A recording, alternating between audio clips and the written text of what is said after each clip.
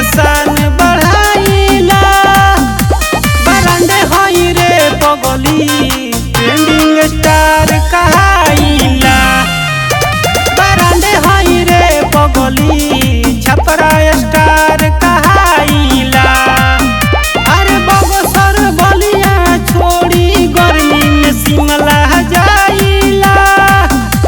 बरांडे होई रे पगली ट्रेंडिंग स्टार कहाइला। बरांडे होई रे पगली ट्रेंडिंग स्टार कहाइला।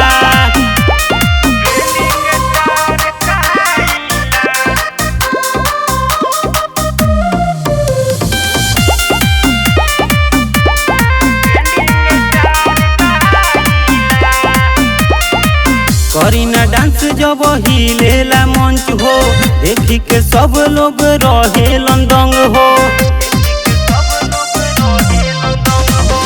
करीना डांस जब हिलेला मंच हो, देखी के लोग सब रहेलन दंग हो।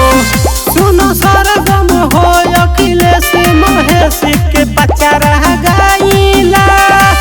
पहिरान हई रे पगली छपरा स्टार कहाइला।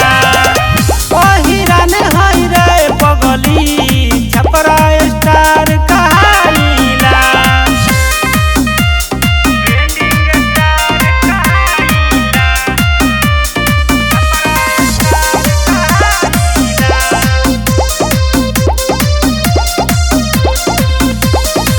लागेला भीड़ यूपी बिहार में हो, देखे ले लोग चश्मा उतारे के हो। लागेला भीड़ यूपी बिहार में हो, देखे ले लोग चश्मा उतारे के हो। कहे मनीष खेसारी बॉम्बे